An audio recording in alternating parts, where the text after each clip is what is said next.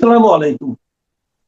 প্রিয় দর্শক, অন্য মঞ্চের আলোচনায় আপনাদের সকলকে আমন্ত্রণ জানাচ্ছি। আজ আমাদের সঙ্গে আমন্ত্রিত অতিথি হিসেবে আছেন মনোজ দাস বলছি। থাম্বনেল দেখেই বুঝতে পেরেছেন আলোচনার বিষয়বস্তু। হ্যাঁ, তারেক রহমানকে উচিত শিক্ষা দেওয়ার জন্য মোদি সরকারের ওপর চাপ বাড়ছে।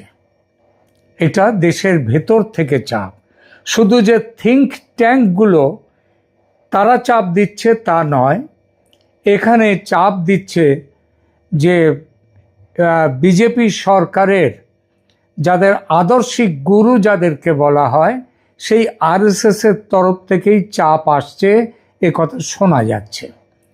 সুতরাং এই মুহূর্তে ভারত সহযোগিতা বা ব্যবসার ক্ষেত্রে হাত গুটিয়ে নিলে বাংলাদেশ কোথায় দাঁড়াবে, এটাই আজকের প্রশ্ন। সুতরাং একটা খুব সোজা প্রশ্ন দিয়ে শুরু করি।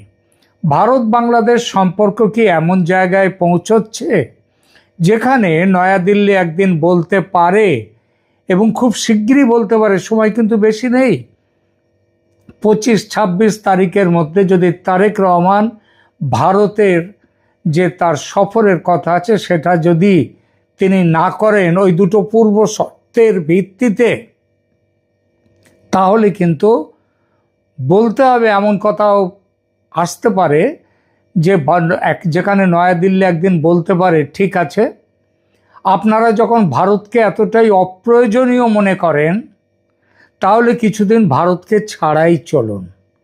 আমি কিন্তু বলছি না যে ভারত এমন সিদ্ধান্ত নিয়ে ফেলেছে। আমি এটাও বলছি না যে নরেন্দ্র মোদী সরকার আগামীকাল বাংলাদেশের বিদ্যুৎ বন্ধ করে দেবে, ডিজেল দেয়া বন্ধ করবে, কিংবা বাণিজ্য বন্ধ করে দেবে। আমি একথা বলছি না, রাষ্ট্রনীতি এত ছেলে মানুষই করে চলে না। কিন্তু তারেক রহমানের সম্ভাব্য ভারত সফরকে ঘিরে ঢাকার সাম্প্রতিক অবস্থান যে দিল্লিতে অস্বস্তি তৈরি করেছে সেটা আজ আর গোপন নয়। বাংলাদেশ বলছে তারেক রহমানের সফরের আগে একটি প্রপিটিয়াস এনভায়রনমেন্ট, অর্থাৎ অনুকূল পরিবেশ তৈরি করতে হবে। সেটা কিভাবে? না, শেখ হাসিনা এবং বাংলাদেশ যাদের ফিউগিটিভ বলে দাবি করছে ওই ওসমান হাদির হত্যাকাণ্ডের ব্যাপারে, তাদের প্রত্যর্পণের বিষয়েও ভারতকে ব্যবস্থা নিতে বলেছে বাংলাদেশ। কিন্তু প্রত্যর্পণ কোনো দোকানের কাউন্টার নয় যে বাংলাদেশ চাইল আর ভারত প্যাকেট করে মানুষ পাঠিয়ে দিল। ভারত ইতিমধ্যেই বলেছে বিষয়গুলি তাদের ভারতের আইন অনুযায়ী দু দেশের মধ্যে যে চুক্তি আছে সেই চুক্তির প্রেক্ষিতে পরীক্ষা করা হচ্ছে। তাহলে প্রশ্ন হলো, ভারতও যদি পাল্টা বলে ঠিক আছে, সম্পর্ককে যখন তোমরা শর্ত সাপেক্ষ করেছ, তাহলে আমাদের সহযোগিতাও এখন থেকে শর্ত সাপেক্ষ হবে। যদি একথা বলে ভারত, বাংলাদেশ তাহলে কোথায় গিয়ে দাঁড়াবে? আজ কোনো আবেগ দিয়ে বলবো না, কয়েকটা সংখ্যা দিয়ে বিষয়টা বুঝবো। প্রথম ধাক্কা বিদ্যুতে। বাংলাদেশের ভারত থেকে বিদ্যুৎ আমদানির মোট ব্যবস্থা প্রায় 2656 মেগাওয়াট। এর মধ্যে রয়েছে বহরমপুর ভেড়ামারা সংযোগ, ত্রিপুরা এবং ঝাড়খণ্ডের আদানি গড্ডা বিদ্যুৎ কেন্দ্র। এখন 2656 মেগাওয়াট সংখ্যাটা শুনে হয়তো খুব বেশি মনে হচ্ছে না, কিন্তু বাংলাদেশের সর্বোচ্চ বিদ্যুৎ ডিমান্ডের সঙ্গে চাহিদার সঙ্গে এই সংখ্যাটা তুলনা করুন, দেখা যাবে এই সংখ্যাটা প্রায় এক পঞ্চমাংশের 1/5 সমপরিমাণ ক্ষমতা। আর শুধু আদানি গোড্ডা থেকেই 2025 সালের শেষ ত্রৈমাসিকে বাংলাদেশের মোট ইলেকট্রিক সাপ্লাইয়ের প্রায় 15.6% পর্যন্ত এসেছিল শুধু আদানির জায়গা থেকে, আদানির কেন্দ্র থেকে, ঝাড়খণ্ডের। এবার বাংলাদেশের বর্তমান পরিস্থিতিটা দেখুন, নিজেদের গ্যাস শর্টেজ চলছে, গ্যাস ফায়ার্ড পাওয়ার স্টেশন পুরো ক্ষমতায় চালানো যাচ্ছে না, তার থেকে অনেক কম ক্ষমতায় চালাতে হচ্ছে, লোডশেডিং হচ্ছে বিপুলভাবে, কোনো কোনো জায়গায় বাংলাদেশে 15-16 ঘন্টা পর্যন্ত এক এক দিনে লোডশেডিং হচ্ছে। মানুষ রাস্তায় নামছে, বাংলাদেশের বিরোধী দলগুলো শুধু নয়, সাধারণ মানুষ তারাও রাস্তায় নেমে প্রতিবাদ করছে।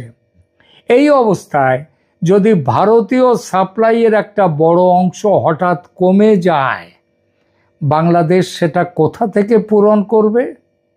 কয়লা আনতে হবে, এলএনজি আনতে হবে, ডিজেল আনতে হবে, আর সব কিছুর জন্যে কোনটা দরকার? ডলার। আর রাতারাতি নতুন পাওয়ার প্ল্যান্ট বানানো তো যায় না। তাই ভারতীয় বিদ্যুৎ বন্ধ হলে পরদিন বাংলাদেশ একেবারে অন্ধকার হয়ে যাবে, এই কথাটা নাটকীয় মনে হতে পারে, কিন্তু বর্তমান পরিস্থিতিতে আরও কয়েক হাজার মেগাওয়াটের সাপ্লাই শক বাংলাদেশের জন্য অত্যন্ত গুরুতর হবে বলার অপেক্ষা রাখে না।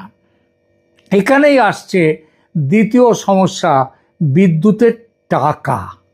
কিছুদিন আগে পর্যন্ত বাংলাদেশের সামনে আর একটা সমস্যা ছিল, ভারতীয় বিদ্যুৎ নেওয়া হয়েছে কিন্তু তার বিল পুরোপুরি মেটানো যায়নি। 2024 সালে পরিস্থিতি এমন হয়েছিল যে ভারতের পাওয়ার কোম্পানিগুলোর বাংলাদেশের কাছে মোট পাওনা $1 বিলিয়ন, মানে 100 কোটি ডলার ছাড়িয়ে গিয়েছিল। এইবার শুধু আদানি পাওয়ারের পাওনাই একসময় প্রায় 800 মিলিয়ন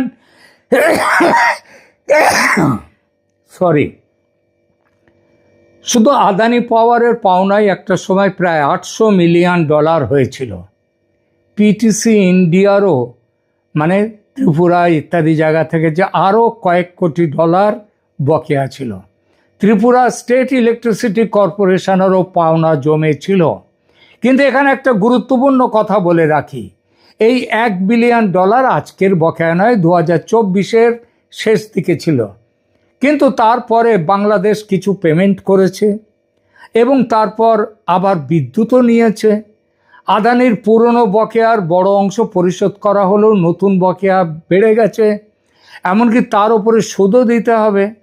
তাই আজ দাঁড়িয়ে বাংলাদেশ ভারতের কাছে এখনও হয়তো $1 বিলিয়ন বিদ্যুৎ বিল বাকি রেখেছে, কথাটা হয়তো তেমন নয়, কিন্তু ঘটনাটি আমাদের জন্য একটা বিশেষ বিষয় বুঝিয়ে দেয় যে বাংলাদেশের সমস্যা শুধু ইলেকট্রিসিটির অ্যাভেলেবিলিটি নয়, ইলেকট্রিসিটি অ্যাফোর্ডেবিলিটি, মানে বিদ্যুৎ পাওয়া এক সমস্যা, তার দাম ডলারে মেটানো আর এক সমস্যা, আর ফরেন এক্সচেঞ্জ আর্নিং যদি কমতে থাকে তাহলে দ্বিতীয় সমস্যাটা আরও বড় হয়ে উঠবে। এবার ঠিক সেই জায়গাটাতে আসি। বাংলাদেশের ডলার আয়, এই আয়ের সবচেয়ে বড় জায়গা বা মেশিন হলো গার্মেন্টস, রেডিমেড গার্মেন্টস। বাংলাদেশের অর্থনীতির একটা ইঞ্জিন যদি বেছে নিতে বলেন যে সেরা ইঞ্জিন, সেটা হচ্ছে তৈরি পোশাকের শিল্প। লক্ষ লক্ষ মানুষের চাকরি, বিপুল ফরেন এক্সচেঞ্জ, ইউরোপ আমেরিকার বাজার। কিন্তু 2026 সালে এ পর্যন্ত যে নতুন সংখ্যাগুলো এসেছে সেগুলো কিন্তু খুবই উদ্বেগজনক। ব্যবসা কমে যাচ্ছে রেডিমেড গার্মেন্টসে বাংলাদেশের। প্রথমে ইউরোপের কথা ধরুন, জানুয়ারি থেকে মে 2026, মাত্র 5 মাস, বাংলাদেশের ইউরোপিয়ান ইউনিয়নে এই তৈরি পোশাক এক্সপোর্ট আগের বছরের তুলনায় কত কমেছে জানেন? 19%। অ্যাকচুয়াল হিসেবটা হচ্ছে 18.89%। এইটা কমে এসছে। রপ্তানি নেমেছে প্রায় 7.28 বিলিয়ন ইউরোতে। কিন্তু এখানেই গল্প শেষ নয়, কত পোশাক পাঠানো হয়েছে, অর্থাৎ ভলিউম কত পোশাক যেটা গেছে সেটা কমেছে প্রায় 10.46%। এর অর্থ কি? মানে অ্যাভারেজ প্রাইসও এখান থেকে প্রতি ইউনিট পোশাক থেকে পাওয়া যে পোশাকের দাম সেটা কমেছে কত? 9.41%। এর অর্থ কি? কম জামা কাপড় বিক্রি হচ্ছে, আবার যে জামা কাপড় বিক্রি হচ্ছে তার দামও কম পাওয়া যাচ্ছে। এটা হচ্ছে ডাবল প্রেশার। আরও চিন্তার ব্যাপার কি জানেন? ইউরোপিয়ান ইউনিয়নের মোট অ্যাপারেল ইম্পোর্ট ওই সময়ে কমেছে প্রায় 10%, কিন্তু বাংলাদেশেরটা কমেছে প্রায় 19%। অর্থাৎ শুধু ইউরোপের বাজার খারাপ বলে বাংলাদেশ সমস্যায় পড়েছে, এ কথাটা ঠিক নয়। বাংলাদেশ কম্পিটিশনে পিছিয়ে পড়ছে, বেশি মার খাচ্ছে। বাংলাদেশের European union apparel market share 1 বছর আগে ছিল, বাংলাদেশের শেয়ার ইউরোপে 23.9%, এখন নেমে এসে হয়েছে 21.5%। অর্থাৎ মার্কেট শেয়ারও চলে যাচ্ছে বাংলাদেশে। এর উপরে আমেরিকার ছবিটা দেখুন, ছবি সেখানেও ভালো নয়। জানুয়ারি থেকে মে 2026-এ আমেরিকার বাজারে বাংলাদেশের অ্যাপারেল এক্সপোর্ট কমেছে প্রায় 8.08%, নেমে এসেছে প্রায় $3.25 বিলিয়ন। শিপমেন্ট ভলিউমও কমেছে প্রায় 6.21%। অবশ্য এখানে একটা স্বস্তির খবর থাকতে পারে, মে মাসে এক্সপোর্ট আমেরিকায় কিছুটা বেড়েছে, কিন্তু 5 মাসের সম্মিলিত যে কিউমুলেটিভ পিকচার সেটা কিন্তু এখনো নেগেটিভ। তাহলে বাংলাদেশের অর্থনীতির সামনে ইকুয়েশনটা কি দাঁড়ালো? একদিকে এনার্জি ক্রাইসিস, অন্যদিকে সবচেয়ে বড় এক্সপোর্ট ইন্ডাস্ট্রির 2 প্রধান বাজারে ইউরোপে আমেরিকাতে বাংলাদেশের কাছে চাপ এসেছে। এটা ডেঞ্জারাস কম্বিনেশন, কারণ এক্সপোর্ট কমলে ডলার কম আসবে, ডলার কম এলে এলএনজি কেনা কঠিন হবে, তেল কেনা কঠিন হবে, ডিজেল কেনা কঠিন হবে, কোল কেনা কঠিন হবে, ইম্পোর্টেড ইলেকট্রিসিটির বিল দেওয়াও কঠিন হবে, র ম্যাটেরিয়াল কেনা কঠিন। অর্থাৎ এনার্জি ক্রাইসিস এক্সপোর্টকে মারবে, আবার এক্সপোর্ট ক্রাইসিস এনার্জি কেনার ক্ষমতাকে মারবে। একটা ভিসিয়াস সাইকেল, ভয়ঙ্কর একটা চক্র তৈরি হতে চলেছে বাংলাদেশে। আর এখানেই ভারতের ভূমিকা আরও গুরুত্বপূর্ণ। বাংলাদেশ যে জামা কাপড় ইউরোপ আমেরিকায় বিক্রি করে তার অনেক র ম্যাটেরিয়াল কোথা থেকে আসে জানেন? ভারত থেকে। তুলো ভারত থেকে, কটন ইয়ার্ন তুলোর তন্তু সেটা ভারত থেকে, ফ্যাব্রিক ভারত থেকে, কেমিক্যালস, মেশিনারি, ইন্টারমিডিয়েট গুডস সব বাংলাদেশ চাইলে ব্রাজিল থেকে আনতে পারে, কটন কিনতে পারে, আমেরিকা থেকে কটন কিনতে পারে, চায়না থেকেও অনেক কিছু কিনতে পারে। অর্থাৎ ভারত ছাড়া পোশাক তৈরি বন্ধ হয়ে যাবে বাংলাদেশে, আমি সেটা একেবারেই বলছি না। কিন্তু সমস্যা হলো ডিস্ট্যান্স এবং টাইম, দূরত্ব এবং সময়। ভারত পাশের দেশ, ট্রাকে করে মাল আসতে পারে, ট্রেনে করে মাল আসতে পারে, ল্যান্ড পোর্ট দিয়ে র ম্যাটেরিয়াল ঢুকতে পারে, এবং যত সময় লাগবে সেটা কম এবং যে ভাড়া লাগবে সেটাও কম। গার্মেন্ট বিজনেসে এই সময়ে এই দুটো ব্যাপার খুব গুরুত্বপূর্ণ। বায়ার বলছে, যারা বায়ার তারা বলছে 30 দিনের শার্ট চাই, আপনি 45 দিন লাগবে দিতে ভারত থেকে কাঁচামাল না পেলে। বায়ার দেশপ্রেমের বক্তৃতা শুনবে না, সে ভিয়েতনামে যাবে বাংলাদেশ ছেড়ে, ক্যাম্বোডিয়াতে যাবে, ইন্ডিয়াতে যাবে। বুঝলেন অবস্থাটা? আর বাংলাদেশের মার্কেট শেয়ার ইতিমধ্যেই যখন কমছে, তখন ভারতের সঙ্গে সাপ্লাই চেন ফ্রিকশন তৈরি করা, সাপ্লাই চেন নিয়ে ঝগড়া করা, দ্বন্দ্ব তৈরি করা কি খুব বুদ্ধিমানের কাজ? এই প্রশ্নটা তারেক রহমান সরকারের নিজেদেরকে করা উচিত। কারণ ইউরোপিয়ান ইউনিয়নে বাংলাদেশের এক্সপোর্ট আগেই বলেছি 19% কমেছে, ইউনাইটেড স্টেটসে কমেছে প্রায় 8%। এই সময় র ম্যাটেরিয়াল লজিস্টিক্সে আরও কয়েক শতাংশ কস্ট বাড়লেও ফ্যাক্টরি মার্জিনের ওপর প্রচণ্ড চাপ পড়বে। এবার ডিজেলের কথায় আসুন। এখানে ঘটনাটা আরও ইন্টারেস্টিং। রাজনৈতিক সম্পর্কে টানাপোড়েন, অথচ বাংলাদেশ ভারতকে একদিকে বলছে যে এইটা না করলে আমাদের প্রধানমন্ত্রী ভারতে যাবে না, আমরা চোখে সমানে সমানে চোখ রেখে কথা বলবে। একদিকে এই কথা বলছে, আবার অন্যদিকে বলছে দয়া করে ডিজেল দিন। ভারত বাংলাদেশ ফ্রেন্ডশিপ পাইপলাইন দিয়ে ইতিমধ্যে ডিজেল যাচ্ছে। সাম্প্রতিক হিসাবে শুধু মার্চ ও এপ্রিল মাস মিলিয়ে বাংলাদেশ থেকে প্রায় 30,000 মেট্রিক টন ডিজেল বাংলাদেশ পেয়েছে ভারত থেকে। আর আগস্টে বাংলাদেশ আবার ভারতকে বলেছে সাপ্লাই বাড়ান, আরও 30,000 না 20,000 মেট্রিক টন ডিজেল পাঠান।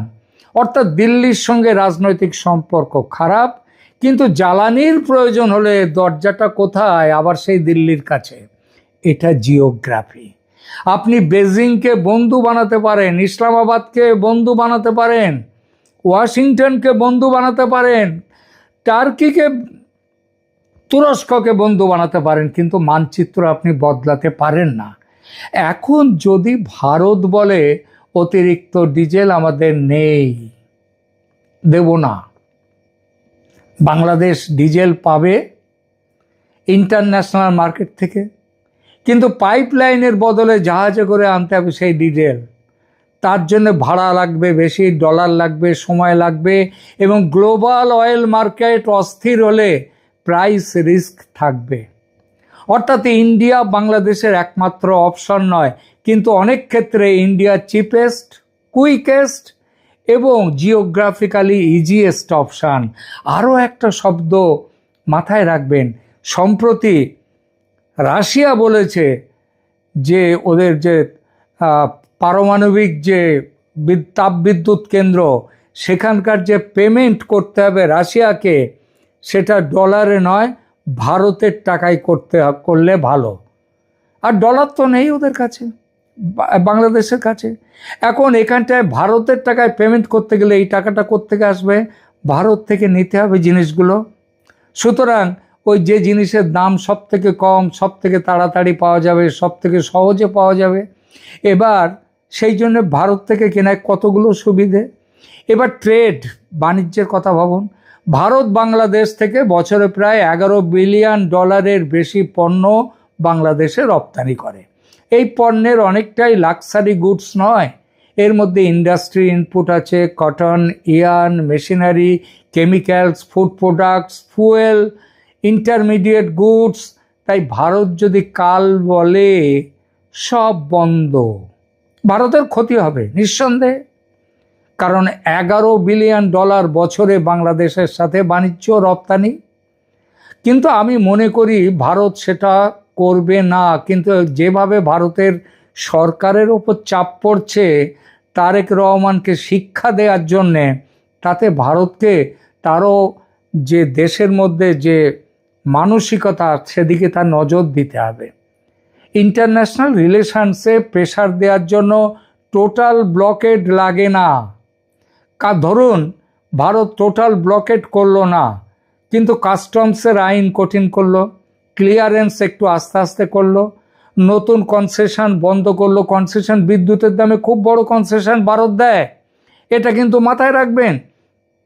বিদ্যুতে আদানির ওখান থেকে যে টাকায় বিদ্যুৎ কেনে পার ইউনিট, প্রায় 15 টাকার কাছাকাছি, কিন্তু এই ত্রিপুরা থেকে আরও অন্য জায়গা থেকে সরকারি ইত্যাদি কেন্দ্র থেকে যে বাংলাদেশ বিদ্যুৎ কেনে তার প্রায় অর্ধেকেরও কম দামে কেনে।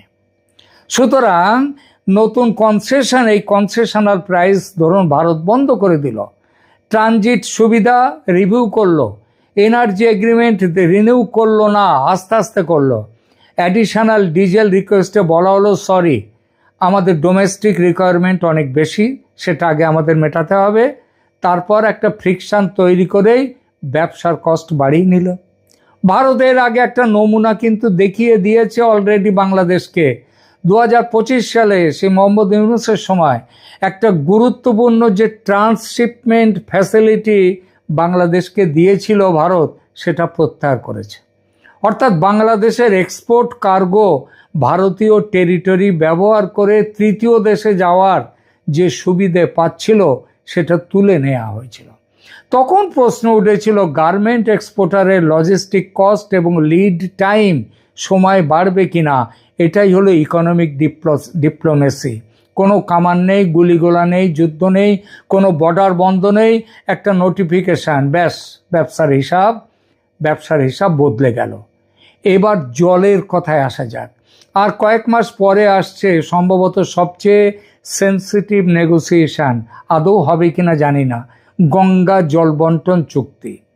2026 সালের ডিসেম্বরের বোধহয় 12 তারিখ কিংবা 16 তারিখে এই চুক্তি শেষ হয়ে যাচ্ছে। রিনিউয়াল নিয়ে আলোচনা দরকার, কিন্তু ভারতের মধ্যে প্রশ্ন উঠে গেছে। আর বাংলাদেশও তো আলোচনার কোনো ব্যবস্থা রাখছে না, সেরকম কোনো চেষ্টাও করছে না। তাহলে তো আসতে পারতেন তারেক রহমান, কিন্তু তা করছেন না। আর ভারতের মধ্যে বিহার এর মধ্যে আপত্তি তুলেছে, বলেছে না, আগে আমাদের গঙ্গায় আমাদের জল, আগে আমাদের জলটা লাগবে, তারপর আমরা ওখানে পাঠাবো। ধরুন ঠিক এই সময় যদি ইন্ডিয়া বাংলাদেশ পলিটিক্যাল রিলেশনশিপ তলানিতে গিয়ে পৌঁছয়, তাহলে গঙ্গা জলের চুক্তি আর হবে? গঙ্গা পানি বন্টন চুক্তি নেগোসিয়েশনটা কি সহজ হবে? কখনো না।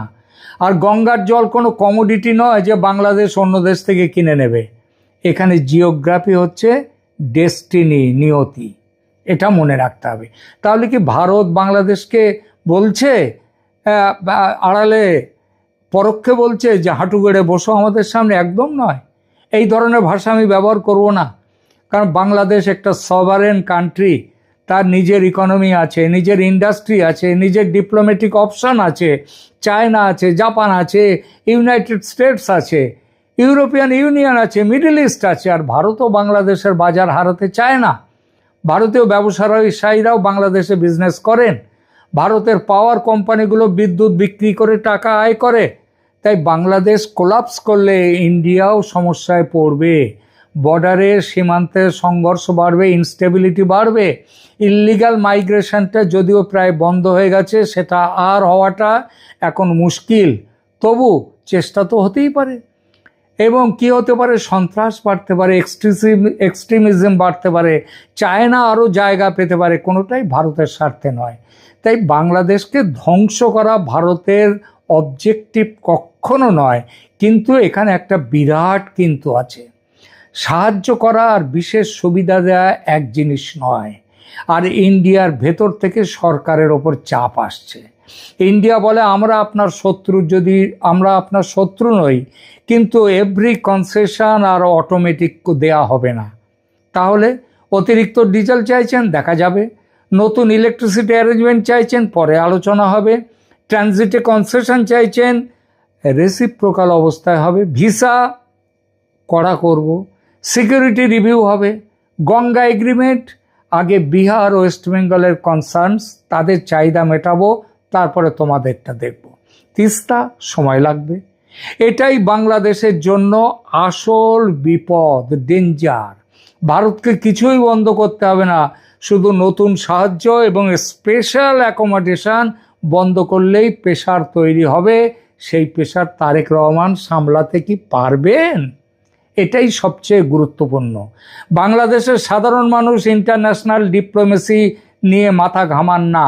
তাদের প্রশ্ন, বিদ্যুৎ আছে, গ্যাস আছে, চাকরি আছে, কারখানা চলছে, বাজারে জিনিসের দাম বাড়ছে। এই মুহূর্তে বিদ্যুৎ নিয়ে বিক্ষোভ হচ্ছে, জ্বালানি নিয়ে ক্ষোভ বাড়ছে।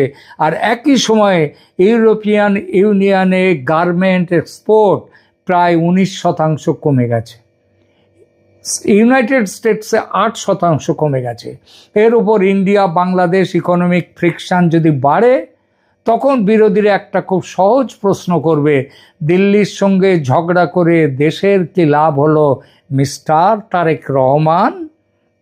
এই প্রশ্নের উত্তর দেয়া তারেক রহমানের পক্ষে কঠিন। এবং এখানেই আসল রাজনৈতিক আয়রনি। একদিকে ভারতকে বলছে আমাদের শর্ত মানুন, অন্যদিকে সেই ভারত থেকেই বিদ্যুতের জন্যে, ডিজেলের জন্যে তাদের কাছে চাওয়া হচ্ছে। সেই ভারত থেকে আসছে গার্মেন্ট ইন্ডাস্ট্রির র ম্যাটেরিয়াল। সুতরাং সেই ভারতের সঙ্গে কয়েক মাস পরে বসতে হবে গঙ্গার জল নিয়ে, নইলে শুকিয়ে যাবে পদ্মা। তাহলে ডিপ্লোমেসিতে শক্ত কথা বলা যাবে না? অবশ্যই যাবে। বাংলাদেশ তার ন্যাশনাল ইন্টারেস্ট নিয়ে কথা বলবে, ইন্ডিয়াও কথা বলবে, কিন্তু ফরেন পলিসির একটা পুরনো নিয়ম আছে।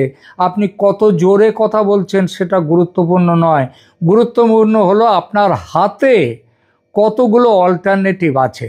চায়না অল্টারনেটিভ কিছু ক্ষেত্রে আছে, লোন দিতে পারে চায়না, ইনফ্রাস্ট্রাকচার দিতে পারে, মেশিনারি দিতে পারে, অস্ত্র দিতে পারে, পাওয়ার প্রজেক্ট তৈরি করে দিতে পারে, কিন্তু চায়না একটা জিনিস দিতে পারবে না, সেটা জিওগ্রাফি। ভারত বাংলাদেশের 3 দিক ঘিরে, 4000 কিলোমিটারের বেশি সীমান্ত, পাওয়ার গ্রিড ইন্ডিয়ার সঙ্গে, পাইপলাইন ইন্ডিয়ার সঙ্গে, রাস্তা ইন্ডিয়ার সঙ্গে, রেল ইন্ডিয়ার সঙ্গে, নদীর আপস্ট্রিম সেটাও ইন্ডিয়া থেকে যাচ্ছে। নেপাল ভুটানের ল্যান্ড কানেক্টিভিটি, সেটার জন্য ইন্ডিয়ার প্রয়োজন। এই বাস্তবতা কোনো সরকার বদলাতে পারবে না। তাই শেষ প্রশ্নটা আবার করি, তারেক রহমান কি ভারতকে চাপ দিচ্ছেন? হতে পারে, কিন্তু দিল্লি পাল্টা চাপ দেওয়ার কথা ভাবতে শুরু করেছে। আর এটা যদি সত্যিই করে, তাহলে ইকুয়েশনটা কি দাঁড়াবে? শুধু ক্রাইসিস আর ক্রাইসিস, সব দিকে ক্রাইসিস। আমি আলাদা করে কোনো দিকের কথা বলছি না। সুতরাং আর এইগুলো যদি সব একটাই সময়ে চাপ তৈরি করে, সেটা ডিপ্লোম্যাটিক ঝগড়া থাকে না, সেটা ইকোনমিক প্রবলেম হয়ে যায়। আর ইকোনমিক প্রবলেম যদি মানুষের রান্নাঘরে পৌঁছে যায়, তখন সেটা পলিটিক্যাল প্রবলেম। শেষ কথা, ভারত বাংলাদেশের শত্রু নয়, বাংলাদেশও ভারতের শত্রু হওয়া উচিত নয়। দুই দেশের সম্পর্ক চ্যারিটির সম্পর্ক নয় যে কেউ কারোকে উপকার মানে দয়া দেখাচ্ছে। মিউচুয়াল ইন্টারেস্ট, তোমারও সম্পর্ক আমারও সম্পর্ক, কিন্তু মিউচুয়াল ইন্টারেস্ট মানে ইকুয়াল লিভারেজ নয়, মানে চাপটা সবার সমান হয় না। বাংলাদেশের সবচেয়ে বড় এক্সপোর্ট ইঞ্জিন যখন ইউরোপে আমেরিকায় পতনের মুখে, যখন বিদ্যুৎ ও গ্যাস সংকট নিয়ে মানুষ রাস্তায়, যখন ভারতীয় বিদ্যুৎ বাংলাদেশের গ্রিডের গুরুত্বপূর্ণ অংশ, যখন বাংলাদেশ আরও ভারতীয় ডিজেল চাইছে, আর যখন কয়েক মাস পরে গঙ্গা জল চুক্তি নিয়ে দিল্লির সঙ্গে বসতে হবে, নইলে শুকোতে হবে, ঠিক সেই মুহূর্তে ভারতকে কেন্দ্র করে হাই রিস্ক কনফ্রন্টেশন বাংলাদেশের জন্য আদৌ বুদ্ধিমানের কাজ নয়, এটা বোকাদের কাজ। এই প্রশ্নটা বাংলাদেশের মানুষকেই করতে হবে, সরকারকে। কারণ ডিপ্লোমেসির ভুলের দাম ডিপ্লোম্যাট দেন না, দাম দেন সাধারণ মানুষ, কারখানা শ্রমিক দেন, ব্যবসায়ী দেন, বিদ্যুতের জন্য অপেক্ষা করা পরিবারগুলো দেয়, আর শেষ পর্যন্ত দাম দেয় সরকার। তাই আজকের প্রশ্ন, তারেক রহমান কি দিল্লিকে চাপ দিতে গিয়ে এমন একটা খেলায় ঢুকেছেন যেখানে বাংলাদেশ নিজের ইকোনমিক ভালনারেবিলিটিস,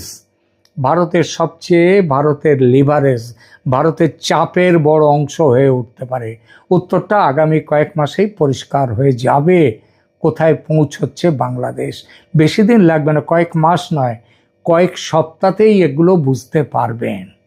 আজকের মতো এখানেই রাখছি। এই প্রতিবেদন ভালো লাগলে লাইক করুন, কমেন্ট দিন, শেয়ার করুন এবং অবশ্যই চ্যানেল সাবস্ক্রাইব করে পাশে থাকুন।